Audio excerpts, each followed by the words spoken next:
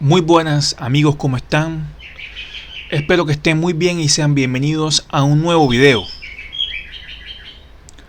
Hoy vamos a hablar sobre la tercera etapa o fase intermedia del proceso penal.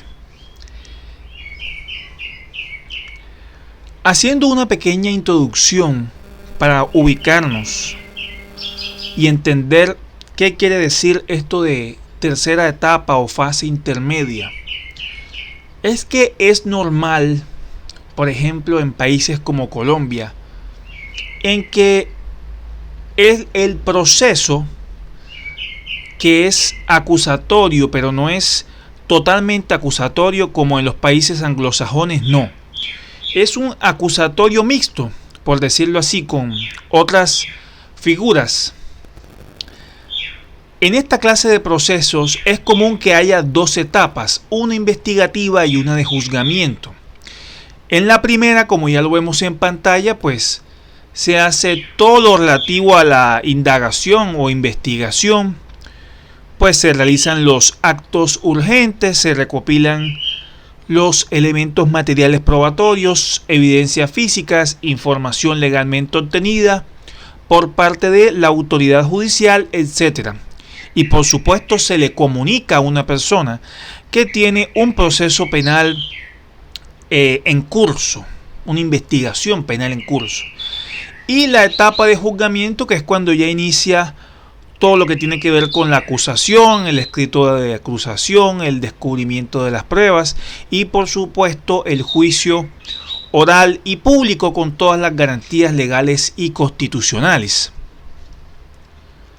A pesar de lo dicho anteriormente, en algunos países, incluyendo por ejemplo Estados Unidos y los que vemos en pantalla como México, Ecuador, Perú, Venezuela, hay una etapa intermedia o una tercera fase y es una en la cual se hace un control de la investigación hecha por la Fiscalía o por el Ministerio Público, dependiendo del país.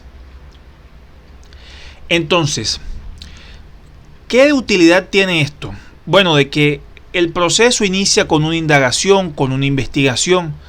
Obviamente se recopila información, como ya lo dijimos antes, y el resultado de esta investigación va a tener que someterse a un control por parte de un juez. Pues dependiendo del país, dependiendo de la ley, pues este juez se especificará a cuál le corresponde, es decir, ya depende de la legislación, pero lo importante es que se debe hacer una investigación, se debe hacer un control de la investigación hecha por el órgano acusador, bajo el entendido, ojo, de que no es posible abrir una investigación contra una persona solo porque la parte acusadora lo solicita. Ahora, ampliando un poco más la información, consiste en efectuar un control previo a la tarea investigativa consolidada, es decir, el órgano acusador ya investigó, eso se va a someter ante un control que hace un juez.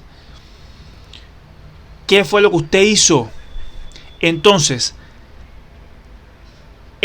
la finalidad es establecer o determinar si existe una mínima verosimilitud. O sea, si esto hay credibilidad en este proceso, hay una causa probable, que hay una probabilidad de verdad, como quieras decirle. Ojo, este criterio es para determinar si se hace necesario convocar un juicio, es decir, no por cualquier investigación mal hecha y no por la simple gana de acusar, por ejemplo, para demostrar estadísticas, se puede someter a un juicio a una persona. Esa es la lógica de esta tercera fase. Si no hay probabilidad de verdad, si esta investigación no tiene probabilidad de éxito desde el punto de vista de la parte acusadora, obvio, no resulta procedente, es decir, en derecho, adelantar una etapa del juicio imponiéndole una carga desproporcionada a la persona con todas las consecuencias que eso trae. Es decir, la dignidad, el buen nombre, la honra y un montón de derechos y garantías se ven afectados por los procesos penales. Por eso es necesario que las indagaciones, que la investigación esté sometida a un control de calidad. Para ver, por supuesto, este control debe hacerlo una autoridad imparcial, independiente a la del órgano acusador, para ver si en efecto hay mérito para someter a una persona a este martirio que es llevar un proceso penal, que es la herramienta más fuerte con la que cuenta el Estado para tratar a los ciudadanos.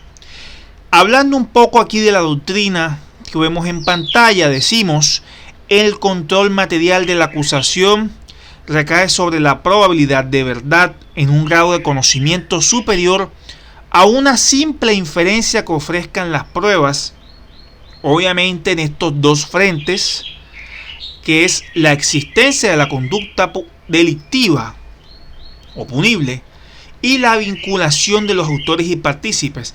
Eso es lo más importante, ¿no? Cuando se lleva una investigación, o ese es el núcleo o la base. ¿Existió o no existió una conducta que debe tener las características de un delito típica, antijurídica y culpable? Y por supuesto, si existió la conducta, ¿quién participó en ella? ¿Quién es el autor? ¿Quiénes son los partícipes? Determinador, cómplice.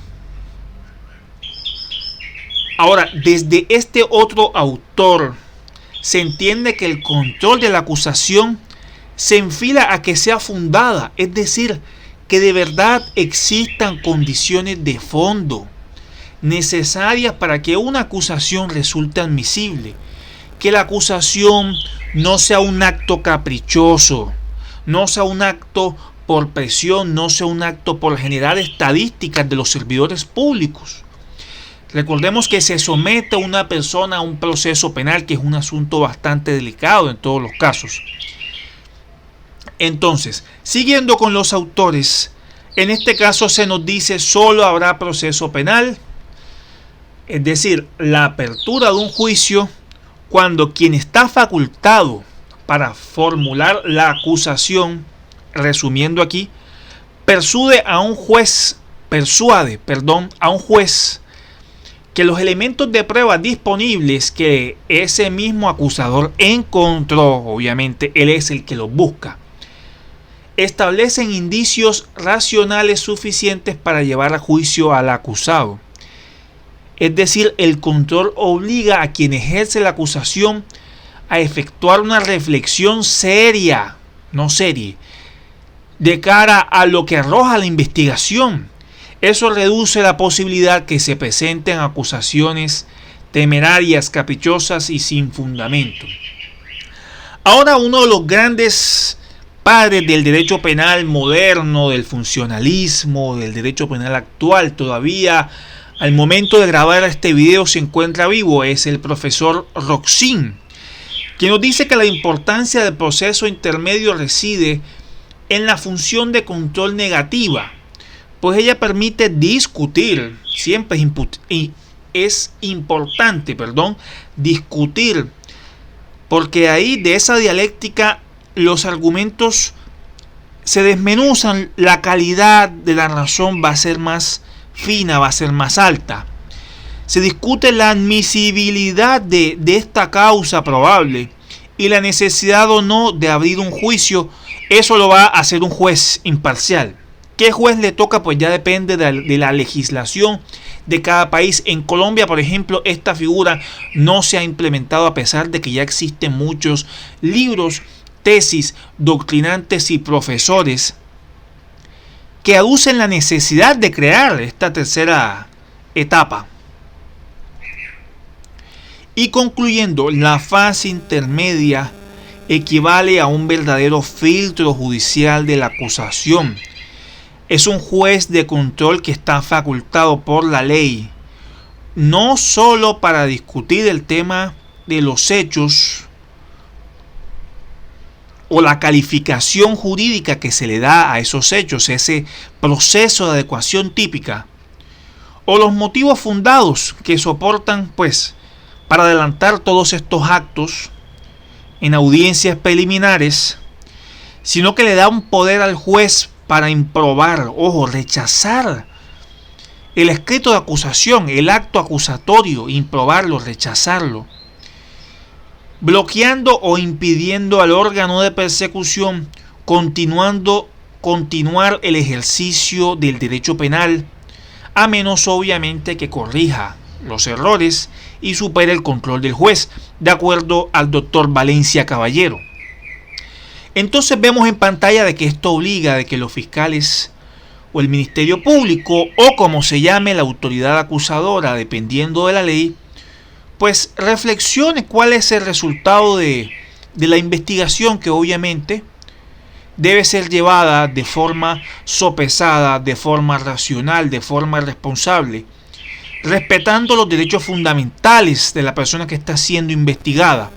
Y si como resultado de esta investigación legal y constitucional, pues se debe reflexionar si hay una causa probable para adelantar un juicio o no. Esto lo va a determinar no solamente el órgano acusador, sino también un juez de control, que repito, dependiendo del país, ya será uno u otro, pero que no en todos los países. Por ejemplo, en Colombia no existe formalmente esta tercera etapa, pero repito, ya hay bastante jurisprudencia que habla del control de la acusación, y hay bastantes libros y trabajos que hablan de esta tercera etapa. Entonces, muchas gracias por escucharme, espero que te haya servido de algo estas palabras. Muchas gracias por el apoyo a las personas que se están suscribiendo, y hasta acá dejo el video. Nos vemos en una próxima oportunidad. Te mando un gran abrazo y un saludo. Chao, chao.